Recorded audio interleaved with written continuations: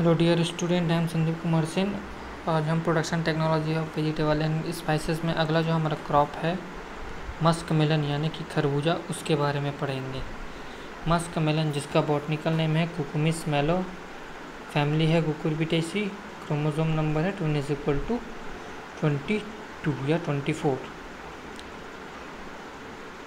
खरबूजा कुकुमिस मेलो बेल वर्गीय सब्जियों में प्रमुख स्थान है। इसे मुख्यतः ताज़ा खाया जाता है।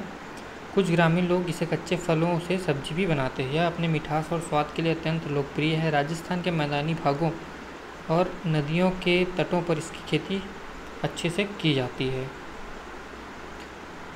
अब देखते हैं इसका ओरिजिन इसका है चाइना। खरबूजा की उत्पत्ति के बारे में विद्वान एकमत नहीं है। अधिकांश विद्वान इसकी उत्पत्ति ईरान की गर्म घाटियाँ एवं उत्तरी पश्चिमी भारत में मानते हैं, जबकि कुछ जो कहते हैं कि इसका मूल स्थान अफ्रीका या उष्णकटिबंधीय उपोष्णकटिबंधीय जलवायु वाले क्षेत्र में होता है। न्यूट्रिशन वैल्यू या importance. Fruits are sweet musky in flavour. Fruit are rich in protein minerals like calcium, iron, phosphorus and vitamin A. जो खरबूजा होता है उसमें अधिक मात्रा में मिनरल्स, कैल्शियम, आयरन, फास्फोरस और विटामिन ए की काफ़ी मात्रा इसमें पाई जाती है। खरबूज के पके फलों को खाते हैं, जबकि कच्चे फलों से सब्जियां बनाई जाती है। पके फलों से खरबूज की गिर्रियों को पीसकर ग्रीष्मकालीन में पेय पदार्थ भी बनाया जाता है, जूस भी बनाया जाता है। खरबूजे में 47% खाने योग्य भाग होता है, जिसमें विटामिन ए, बी एवं सी प्रचुर मात्रा में पाए जाते हैं। खरबूज में मिठास की मात्रा इसकी किस्मों पर निर्भर करती है। इसकी कुछ किस्मों में 70% तक मिठास पाया जाता है। उन्नत किस्में वैरायटीज़ देखते हैं इसकी। अर्काजीत, यह एक अर्ली वैरायटी है। इस किस्म के जो फल होते हैं वो छोटे, गोल और अत्यंत सपाट होते हैं। फल का छिलका चिकना, नारंगी, भूरा, श्वेत, रसीली और इसमें जो TSS है या शुगर की जो मात्रा है वो 15 to 70% तक होते हैं, जिसमें विटामिन सी प्रचुर मात्रा में पाया जाता है। जो फल का जो वेट होता है, फल का वेट 300 to 350 ग्राम तक होता है और प्रति हेक्टेयर इसका यील्ड जो है 15 टन तक हमें मिलता है।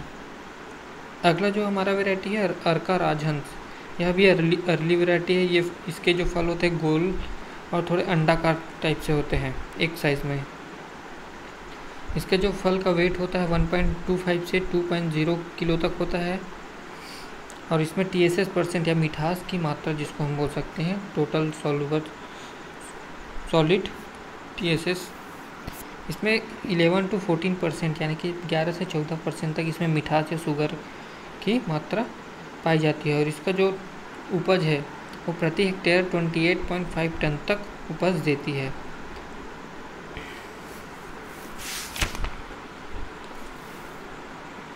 अगला है पूसा शरबती।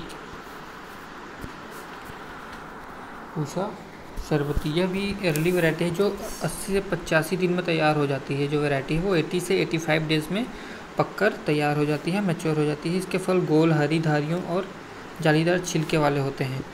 इसमें जो शुगर की मात्रा है वो 10 से 12% तक TSS इसमें पाया जाता है और इसका प्रति हेक्टेयर उपज जो है वो 16 टन तक उपज देती है और इसे स्टोरेज करके 4 से 5 दिन यानी 4 to 5 डेज़ तक हम इसको स्टोरेज करके भी रख सकते हैं।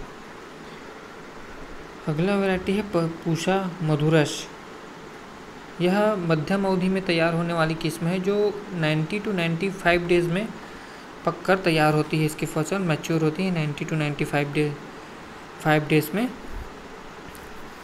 इस वैरायटी में जो TSS की मात्रा होती है, जो मिठास की मात्रा होती है 12 to 14%, 12 से 14% तक TSS इसमें पाया जाता है और जो फल का वेट है वो लगभग 1 kg के आसपास होता है और प्रति हेक्टेयर इसकी उपज 15 टन तक होती है, 15 टन तक। अगला वैरायटी है हरा मधु। यह देर से पकने वाली वैरायटी है। देर से पकने वाली वैरायटी है और इसमें जो TSS % है वो 13% पाई जाती है और इसकी प्रति हेक्टेयर उपज है 12.5 टन उपज देती है। तो ये तो था वैरायटीज़। के बारे में अब देखते हैं। क्लाइमेट या जलवायु। It require hot and dry climate, optimum temperature 27 to 30 degree centigrade, short day promote female flower, high temperature, low humidity, plenty of sunshine are essential for proper ripening. High sugar content plants are sensitive to low temperature and frost. खरबूजे के सफल उत्पादन हेतु गर्म और शुष्क जलवायु की आवश्यकता होती है। इसके बीज के जो अंकुरन के लिए 27 to 30 डिग्री सेंटीग्रेड टेम्परेचर अनुकूल रहता है। खरबूजा की फसल को पाले से अधिक क्षति पहुंचती है। जो फ्रॉस्ट होता है उससे बहुत नुकसान पहुंचता है फसल को। फल पकने के समय विशेष रूप से तेज़ धूप, गर्म हवा फलों में मिठास के लिए आवश्यक समझी जाती है। जब फल पकने टाइम रहती है उस टाइम थोड़ा तेज़ धूप, गर्म हवा ये सब फल में मिठास के लिए पर्याप्त अच्छी होती है। आर्द्र वातावरण होने के कारण इसकी फसल में फफूंदी जनित रोग लग जाते हैं। हाई ह्यूमिडिटी होने की वजह से क्या होता है, इसमें फंगस लग जाते हैं, फंगस वाले डिसीज लग जाते हैं। फलों पर कीटों का भी प्रकोप हो जाता है, जिसके कारण फसल की उपज और गुणवत्ता दोनों पर प्रतिकूल प्रभाव पड़ता है। अगला है soil. It require sandy soil, loamy soil are good, preferable pH 6 to 6.8, soil should be rich in organic manure, proper drainage facility. खरबूजों को विभिन्न प्रकार की मृदाओं में उगाया जा सकता है, परंतु उचित जल निकास वाली रेतीली दोमट भूमि जिसका pH 6 to 7 हो वो सर्वोत्तम मानी गई है। उचित जल निकास वाली और जिसमें ऑर्गेनिक मैन्यूर की मात्रा भी अच्छी होनी चाहिए। भारी मृदाओं में पौधों की बढ़वार तो अधिक हो जाती है, परंतु फल विलंब से लगते हैं। नदियों के किनारे जो कछारी भूमि रहती है उसमें खरबूजे की खेती अच्छी तरीके से व सुगमतापूर्वक की जा सकती है। अधिक क्षारीय मृदाएँ या एसिडिक मृदाएँ इसके सफल उत्पादन में बाधक मानी जाती है। तो ये तो था सॉइल। अब देखते हैं sowing time and seed rate and method of sowing. Sowing time in plain of north India best time is February to March. In south India best time is October to November. जो north India होती है plane मैदानी क्षेत्रों में north India में फरवरी to मार्च के बीच में खरबूजे की फसल या मस्क मेलन की फसल लगाया जाता है। और साउथ इंडिया में अक्टूबर से नवंबर के टाइम पे इसकी फसल लगाई जाती है। जो इसे नदियों के किनारे उगाने जा रहे हैं तो इसकी बुआई नवंबर से जनवरी तक थालों में करते हैं। उत्तरी भारत के मैदानी क्षेत्रों में इसकी बुआई फरवरी में करनी चाहिए, जबकि दक्षिणी भारत के मैदानी क्षेत्रों में दिसंबर जनवरी में बुआई करनी चाहिए। पश्चिम बंगाल, बिहार के पाला रहित क्षेत्र में नवंबर दिसंबर में बुआई करते हैं। और इसका विधि जो होता है, कुछ किसान खेतों में खरबूजे को हल के पीछे कूड़ यानी कि फैरो सिस्टम में बोते हैं, जबकि प्रगतिशील जो किसान होते हैं वो थाले यानी कि एक बेसिन बनाकर 90 सेंटीमीटर चौड़ी व 10 सेंटीमीटर नालियाँ बनाकर करते हैं। जो पंक्ति से पंक्ति की दूरी यानी row to row distance 180 to 240 centimetre रखते हैं। और थाले से थाले यानी बेसिन टू बेसिन जो डिस्टेंस है वो 60 to 120 सेंटीमीटर रखते हैं। इस प्रकार बोई गई फसल को पानी की कम मात्रा की आवश्यकता होती है और पानी सीधा फसल के संपर्क में नहीं आता है। बीजों को बोने से पूर्व 12 घंटे तक पानी में भिगो के अंकुरन अच्छा होता है। 1 हेक्टेयर के लिए 2 से 3 किलो बीज पर्याप्त होता है। प्रत्येक थाले में 3 बीज बोते हैं। जब पौधों में 4 पत्तियां आ जाए तब 2 कमज़ोर पौधों को उखाड़ देते हैं। तो इस सिस्टम से बोया जाता है। या फिर 4 to 6 kg seed per hectare भी उपयुक्त होती है। जो पॉलीथीन रहता है उसमें पहले 2 से 3-4 बीज हम डाल देते हैं। फिर जब वो बीज जर्मिनेट हो जाता है उसमें 4 से 5 पत्तियाँ आ जाती हैं। जो कमज़ोर पौधा होता है उसको हम निकाल के अलग कर देते हैं और जो स्ट्रॉन्ग प्लांट रहता है उसको हम ट्रांसप्लांटिंग करते हैं फील्ड में। अगला देखते हैं manuring and irrigation and interculture.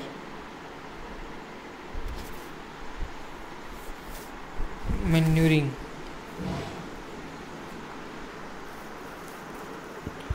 खरबूजे के लिए खाद एवं उर्वरकों की मात्रा इस बात पर निर्भर करती है कि भूमि की उर्वरा शक्ति कैसी है, भूमि किस टाइप की है, उसमें कौन सी किस्में उगाई जा रही है। आलू या दलहनी फसल के उपरांत खरबूजा उगाना उत्तम रहता है। जैसे आलू या दलहनी फसल उसके बाद हम खरबूजा बोएंगे तो ज़्यादा रहता है। मध्यम उर्वरता वाली भूमि में 200 quintal compost, 80 kilo nitrogen, 50 kilo phosphorus और 50 किलो पोटास प्रति हेक्टेयर देने से अच्छी उपज मिलती है। या फिर एट द रेट अलग अलग जगहों के हिसाब से हम NPK 100, 75 और 50 kg पर हेक्टेयर के हिसाब से हम उसमें डालते हैं। गोबर की खाद प्रथम जुताई से खेत के समान रूप में बिखेर देना चाहिए। जो FIM है, जब हम खेत की पहली जुताई करते हैं या प्लाऊ करते हैं उस समय FIM को 25 to 45 टन पर हेक्टेयर के हिसाब से हम डाल देते हैं। नाइट्रोजन की आधी मात्रा और फास्फोरस और पोटास की पूरी मात्रा जो मिश्रण बनाकर जुताई के समय भूमि में जो सॉइल है या भूमि है फील्ड में हम डाल देते हैं। और नाइट्रोजन की शेष मात्रा को फूल आने के समय टॉप ड्रेसिंग के रूप में हम उसमें डालते हैं। इरिगेशन खरबूज के फसल उत्पादन हेतु भूमि नमी बनाए रखने की आवश्यकता होती है। नदी तट पर बोई गई जो फसल की सिंचाई नहीं करनी चाहिए, क्योंकि जल कैपिलरी एक्शन द्वारा जड़ों तक पहुंच जाता है। जो नदी किनारे वाले जो फील्ड रहता है उसमें ज़्यादा इरिगेशन करने की ज़रूरत नहीं होती, क्योंकि कैपिलरी वाटर जो है वो ऑलरेडी प्लांट तक पहुंच जाता है।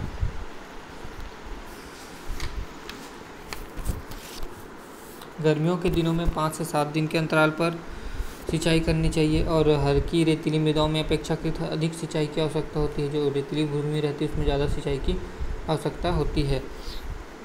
या फिर crop require 11 irrigation at the interval varying 4 to 9 days। Furrow and basin irrigation is commonly adopted for watering in muskmelon. जो फरो और जो बेसिन इरिगेशन सिस्टम है वो कॉमनली अडॉप्ट किया जाता है मस्कमेलन में इरिगेशन करने के लिए। अब देखते हैं इंटरकल्चर ऑपरेशन। खरबूजे के फसल के साथ अनेक खरपतवार उग जाते हैं जो फसल के साथ नमी, पोषक तत्व, धूप के लिए कंपटीशन करते हैं, जिसके पर रिजल्ट क्या होता है कि पौधे की जो डेवलपमेंट है, उसकी जो ग्रोथ है वो और यील्ड उस पर प्रतिकूल प्रभाव पड़ता है या रुक जाता है। तो फसल को प्रारंभिक अवस्था में पौधों के समीप उथली थोड़ा निराई गुड़ाई करनी चाहिए। उसके बाद उसको डीपली निराई गुड़ाई करनी चाहिए। जब लताएँ भूमि को ढक लेती हैं, जब उसकी जो बेल है, जो लताएँ हैं भूमि में फैल जाती है, तब खरपतवार पनप नहीं पाते। यदि कुछ खरपतवार खेत में दिखाई दे तो उन्हें हाथ से उखाड़ कर फेंक देना चाहिए और समय समय पर निराई गुड़ाई करते रहना चाहिए। अगर खरपतवार की मात्रा या वीड्स फील्ड में ज़्यादा हो गए हैं तो वीडीसाइड लाइक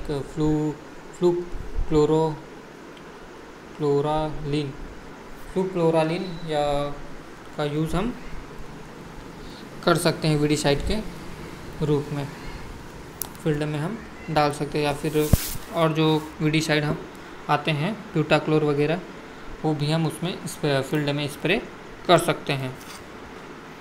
अगला देखते हैं हम हार्वेस्टिंग एंड स्टोरेज।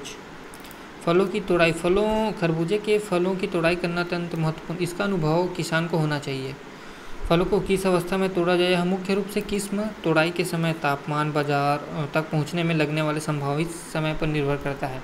हमें उसको डिस्टेंस मार्केट, लोकल मार्केट कहाँ पहुंचाना है, कहाँ हमको ले जाना है, उसको हार्वेस्ट करके उसके हिसाब से हमको उस स्टेज को देखते हुए जो मस्कमेलन है उसकी हार्वेस्टिंग करनी चाहिए। आमतौर पर जो खरबूजे का फल पकने पर अपने डंठल से स्वयं ही अलग हो जाता है। जो उसका स्पाइक रहता है उससे पकने के बाद जो फल है वो अलग हो जाता है और उसी स्थान पर एक बड़ा सा दाग छूट जाता है, जिसे फुल स्लिप की संज्ञा दी जाती है।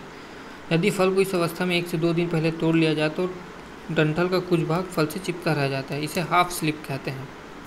स्थानीय बाज़ारों में बिक्री हेतु फल पूरी तरह स्लिप से हटने पर ही तोड़े जाते हैं, परंतु जो डिस्टेंस मार्केट की बिक्री के लिए फल को 1-2 दिन पूर्व ही तोड़ लिया जाता है। उत्तरी भारत में फल मई के द्वितीय सप्ताह से जून के दूसरे सप्ताह तक उपलब्ध हो जाते हैं। And maturity is determined by a change in outer colour to yellowish green brown. जब फ्रूट का जो आउटर कलर है वो येलोविश ग्रीन कलर का, पीला हरा टाइप कलर का हो जाता है या ब्राउन कलर का हो जाता है, तब हमें तोड़ना चाहिए। या फिर fruit will also slip from wine. जब फ्रूट जो है अपने जो वाइन है या जो अपनी लता है उससे स्लिप होकर, यानी जो डंठल जो बोलते हैं उससे टूट कर अलग हो जाए या टूटने वाला हो, तब हमको हार्वेस्ट कर लेना चाहिए। उत्तरी भारत उपज, अब देखते हैं उपज। खरबूजे की उपज कई बातों पर निर्भर करती है, जिनमें भूमि की उर्वरा शक्ति, उगाए जाने वाली किस्म, फसल की देखभाल। बट प्रति हेक्टेयर 125 से 150 क्विंटल तक उपज मिल जाती है। जबकि खरबूजे जो मस्कमेलन है उससे पूसा जो रसराज वैरायटी है उससे 250 क्विंटल तक उपज हमें मिलती है। और टन में देखा जाए तो 10 से 15 टन तक प्रति हेक्टेयर हमको उपज प्राप्त होती है। तो ये तो था मस्कमेलन के बारे में। आज हमने पढ़ा मस्कमेलन के प्रोडक्शन टेक्नोलॉजी के बारे में। Thank you.